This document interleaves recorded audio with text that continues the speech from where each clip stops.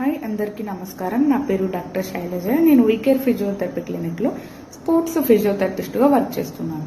ఈరోజు మనం మాట్లాడుకునేది లో బ్యాక్ పెయిన్, తెలుగులో నడునొప్పి.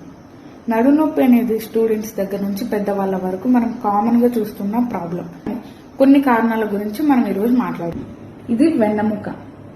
ఈ తెల్లగా ఉండేదాన్ని డిస్క్ అంటారు. ఈ డిస్క్ ఉబ్బడం వల్ల లేదా పక్కకి జరగడం వల్ల ఇక్కడ ఉన్న నరాల మీద ఒత్తిడి జరిగి నడునొప్పి అనేది వస్తుంది. పోస్చర్ సరిగ్గా లేకపోవడం వల్ల, ఎక్కువ గర్భిణీలలో చూసినట్లయితే వాళ్ళ పోస్చర్ సరిగ్గా ఉండదు. సో దానివల్ల కండరాల మీద ఒత్తిడి జరిగి నడునొప్పి వచ్చే అవకాశాలు ఉన్నాయి. వెన్నెముక విరిగినప్పుడు, సాఫ్ట్వేర్ వాళ్ళలో చూసుకున్నట్లయితే ఎక్కువ వాళ్ళలో కూడా నడునొప్పి వచ్చే అవకాశాలు. నడునొప్పి వచ్చినప్పుడు మెయిన్గా తీసుకోవాల్సిన జాగ్రత్తలు ఏంటంటే రెస్ట్ తీసుకోవాలి, ఎక్కువ రెస్ట్ తీసుకోవాలి, ఎక్కువసేపు నించోకూడదు, కిందకి వంగి ముందుకు వంగి బరువు లేపకూడదు, పరుపు మెత్తగా ఉండకూడదు, మరీ గట్టిగా ఉండకూడదు, మీడియంగా ఉండేలాగా చూసుకోండి.